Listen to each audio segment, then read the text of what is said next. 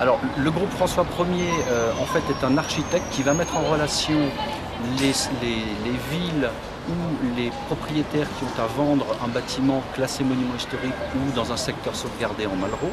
On va donc mettre en relation ces deux entités, le vendeur et l'acquéreur, et ensuite on va donc apporter la notion de travaux avec toute la difficulté que représente la fabrication de ce type de produit, puisqu'on a derrière des obligations évidemment à respecter, notamment avec les architectes des bâtiments de France. Donc nous sommes en fait l'architecte de ce type de produit en réunissant toutes les compétences et les volontés des uns et des autres. Le système d'investissement Malraux, qui a changé dernièrement, est devenu un produit de défiscalisation et non plus de déduction fiscale. À votre sens, à qui s'adresse-t-il désormais? Alors, ce produit a changé donc depuis le 1er janvier 2009. Effectivement, on parle de réduction fiscale plutôt que de déduction fiscale.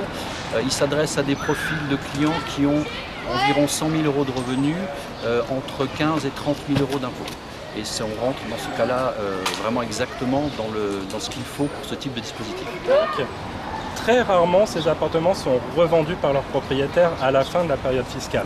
Oui, tout à fait, parce que ce type d'appartement, en fait, diversifie le patrimoine immobilier des investisseurs qui ont en général beaucoup de patrimoine dans le neuf, et il y a une petite fibre sensible quant à la catégorie d'appartements qu'ils achètent, puisque ce sont souvent des couvents, des châteaux, des anciennes écoles. Donc il y a une réelle valeur patrimoniale dans le bâtiment lui-même. Donc les gens qui se portent acquéreurs de ce type d'investissement le gardent. C'est comme du bon vin, ça se garde et ça prend de la valeur avec le temps.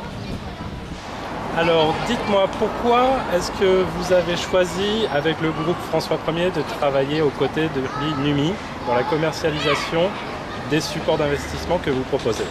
Simplement parce qu'on a la recherche de conseillers en gestion de patrimoine qui sont diplômés, qui savent de quoi ils parlent lorsqu'ils présentent des dispositifs tels que la Malraux et le monument historique. Donc voilà la raison majeure pour laquelle nous avons choisi de travailler avec eux.